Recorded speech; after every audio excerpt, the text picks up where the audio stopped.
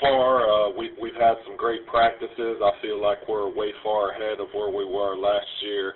We have a lot of intangibles that I felt like maybe we're missing a little bit with our team last year. These guys are working extremely hard. There's a competitiveness that I haven't seen in the last couple of years. Been fun to be around and a fun team to coach thus far. Thank you very much, Coach. As a reminder, please press *1 on your phone to ask questions and to get in the queue. Our first questions come from Josh Parrott. Josh, please go ahead. Good morning, Coach. What were some of the lessons that you feel that you were able to take away, your players, your coaching staff were able to take away from last season being at your first in the league? Well, one, we found out obviously how good the Sun Belt was. I think it was a very, very talented league last year with Georgia State and Lafayette. I mean, they were absolutely loaded. There were a lot of other teams that I felt like had a ton of talent. So it was a battle. It was a fight every single day.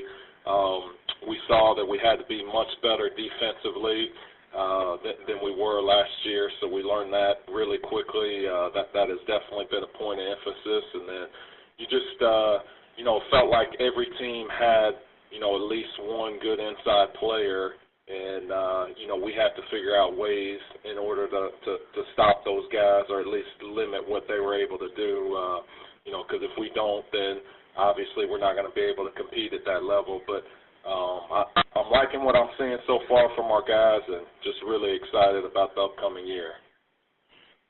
You guys lose some big bodies, some productive players, both on the perimeter and inside. But Lonnie's coming back, Jamel's back. You have some red shirts as well that are eligible. Can you tell us a little bit about Lonnie and Outler and how they're going to produce this year, maybe what they're going to add? And I didn't know how that dynamic would be different with both Dowell and Edwards being gone. Yeah, obviously, Brandon Edwards is a guy that you can't replace. His rebounding, that is my area of concern with this team. I think we're going to have to do it, more so as a team. Brandon kind of went and got rebounds, and everybody just looked at him. Obviously, his ability to pick and pop is something that is hard to replace, but I do think that we may have some guys that will be able to do that.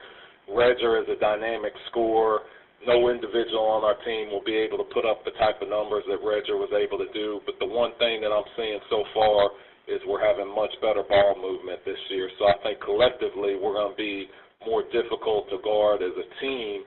I don't think one individual player will be as difficult to guard probably as Redger or even Brandon, but I think collectively we'll be more difficult to defend.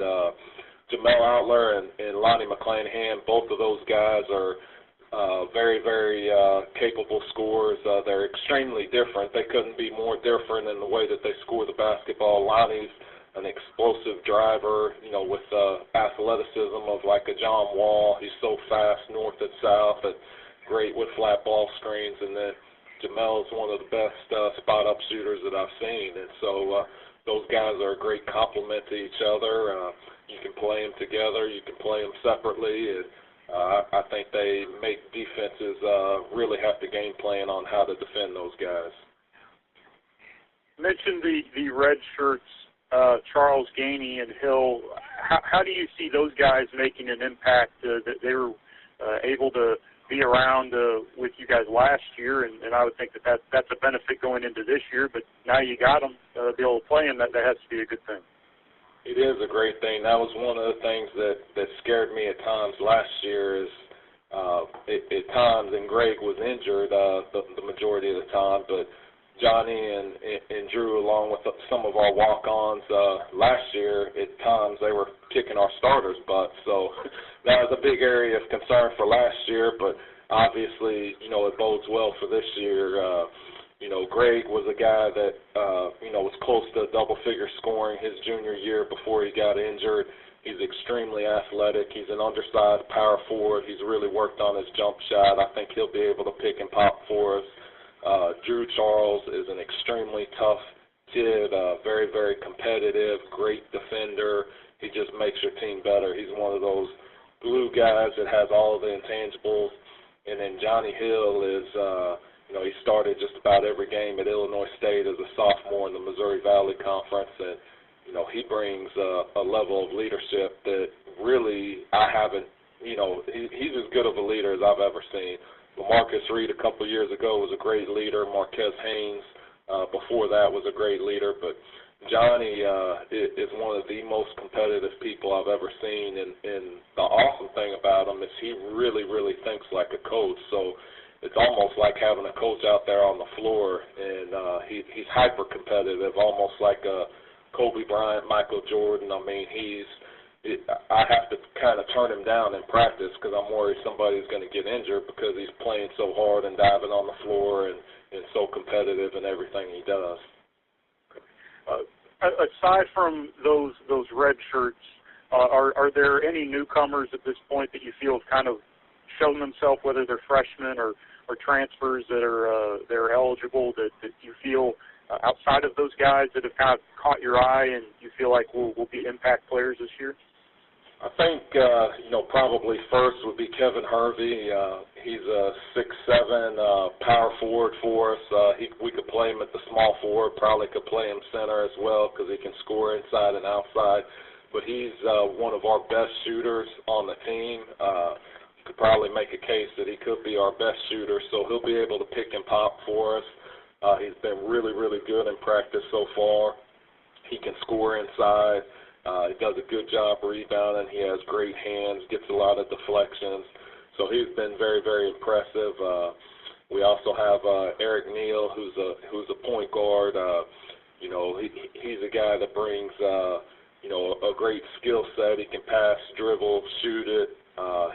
He's a competitive kid, and him and Johnny are going at it every single day. That's a matchup that's fun to watch in practice because Johnny's, such a competitor, and then Eric's getting after it too and so quick. So I think that combination of point guards is as good as we've had in a long time.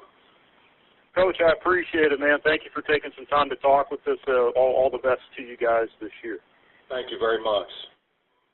Thank you very much, Josh. We now go to our next questions from Sam Morton of the Fort Worth Star-Telegram. Sam, go ahead. Hey, Coach Cross. How's it going? Great. How are you?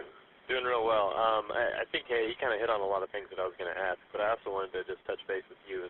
What do you guys have to accomplish for this year to be a success? Is it, a championship, or do you just want to see progress, or, what do you want to see? No, I mean, championship is what I'm hired to do, and that's the expectation for me, and I think also from our players. So, we're in this thing to win it. I know it is an extremely competitive league. I'm well aware of what Georgia State is returning. Also, Louisiana Lafayette, Arkansas Little Rock. I mean, there's some great teams in this league. We've got our work cut out for us, but that's what that's what we have our mindset on doing. And that first game of the season, that's going to be our mission, is to win a conference championship and go to the NCAA tournament. Cool. Good luck, Coach. Thank you. I appreciate the time. Thank you. Thank you very much, Sam. And thank you, Coach Cross. Appreciate your time today, and best of luck this season. Thank you very much.